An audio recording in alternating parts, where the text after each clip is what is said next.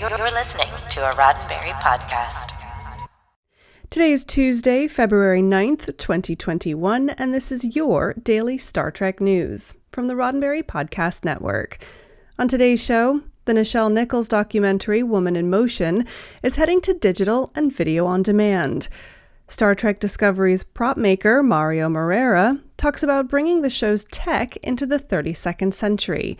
And I've got this week's Trek trivia. I'm Alison Pitt, and today's show is sponsored by BetterHelp. Get 10% off your first month of counseling at betterhelp.com/DSTN.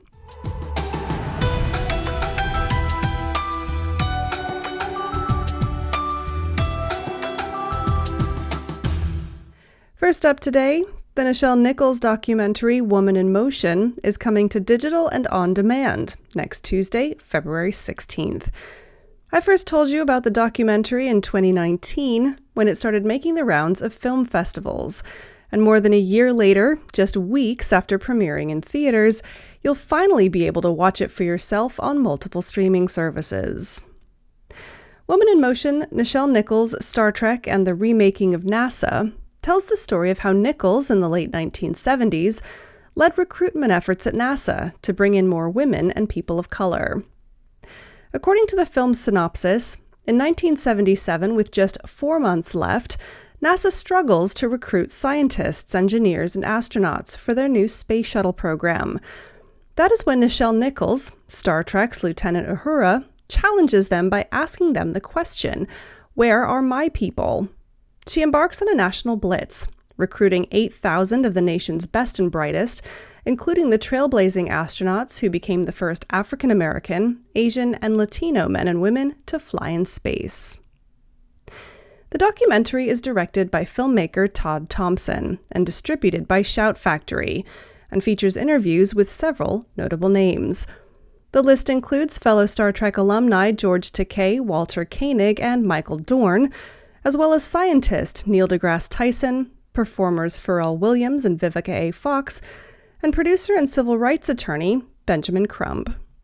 You can watch the trailer for the documentary right now on Shout Factory's YouTube channel or with a visit to their website at womaninmotionmovie.com. And while you're waiting for February 16th, it's also worth browsing their website. There's more information about the cast and crew, and you can also download the fascinating NASA Files. The NASA Files document is the executive summary of Nichols' 400-page report that she wrote upon the completion of her work with the agency. According to the website, it's a truly historical time capsule that both enlightens and inspires. Next up, the Star Trek Discovery prop team knows what it takes to make a feature film quality production look authentic, down to the last detail. In a video posted to StarTrek.com this week, Discovery prop master Mario Moreira takes viewers through some of the upgraded and redesigned props you can see in the show's third season, which sent both the Discovery crew and the prop department boldly into the future. The first item on the prop table walkthrough is a piece of dilithium, a material which features prominently in Season 3. After settling on a color, prop makers dyed large pieces of acrylic. Moreira explained that the next step in the process was to give the dilithium the appearance of having been extracted through a laser mining process. "We sort of hacked away at it, and then we laser cut one edge," he said in the video. "It's a small detail that we'll never really see on camera, but it's something that we know exists. And the actors know it exists, so when they're handling it, they know exactly that this piece was cut from a larger rock." Moreira noted that the heightened sense of realism can enhance the performances of the actors who interact with those props, ultimately creating a better production. Now, not only do the new props look great on screen, some of them can also be put to use in stunt sequences without sacrificing detail. Knowing that Season 3 would require a lot of heavy-duty stunts and big action sequences, the props team started experimenting with softer materials combined with new paint technologies, creating safe-to-use, detailed items. One example is the new hand cannon. Moreira pointed out that while the prop weapon looks amazing on film, it is actually constructed with foam and soft to the touch. They're all fully stunt-ready, Moreira said of the new designs, adding, "Every prop is a hero prop now." With detailed craftsmanship, 3D printing technology, and creative use of visual effects, the Discovery props team is moving into the future nearly as fast as Discovery itself. Because we're so far into the future this season, a lot of our props are working in conjunction with VFX, Moreira said. That collaboration means that the standard equipment for any Starfleet officer, that's the communicator, tricorder, and phaser, have all been redesigned, integrating visual effects technology to bring the audience and the production itself into the future. It's less of a challenge every year, Moreira said, adding, "The technology is definitely catching up to our ideas." To learn more about the new props and how they're made, watch the full Discovery prop table walkthrough at StarTrek.com. As a fair warning, this video does contain some Season 3 spoilers. To avoid that problem and to see these new props in action, you can watch Season 3 of Star Trek Discovery, now available to stream on CBS All Access.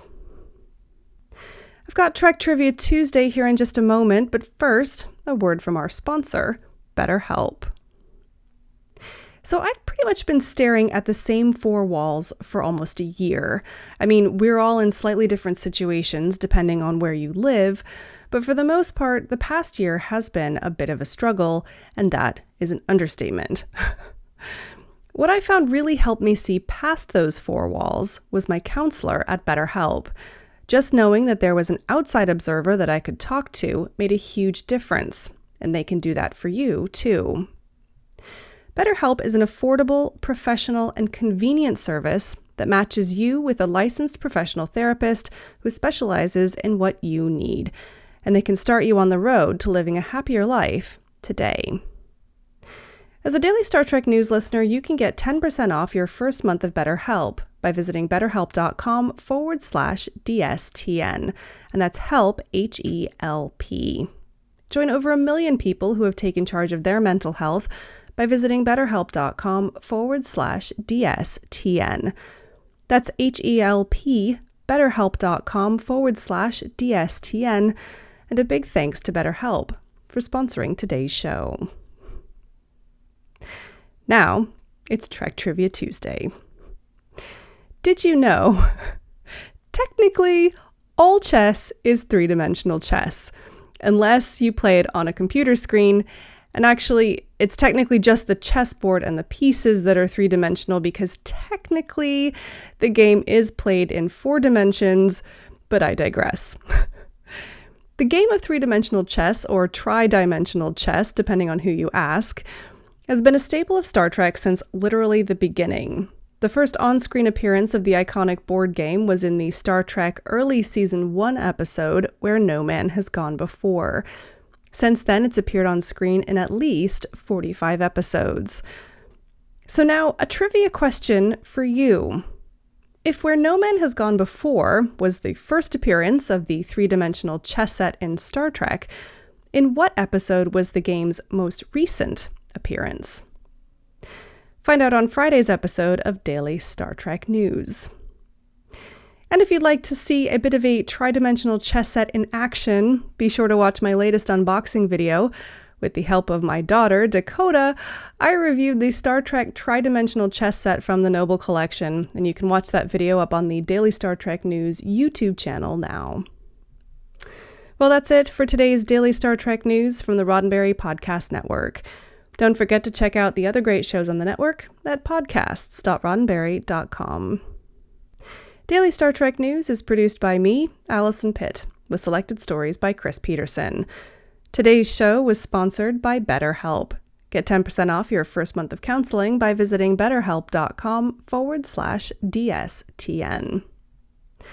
I'm back tomorrow with more of the Star Trek news you need to know, and this week in Trek history. I'm Alison Pitt. Live long and prosper. This is a Roddenberry podcast. For more great podcasts, visit podcast.roddenberry.com.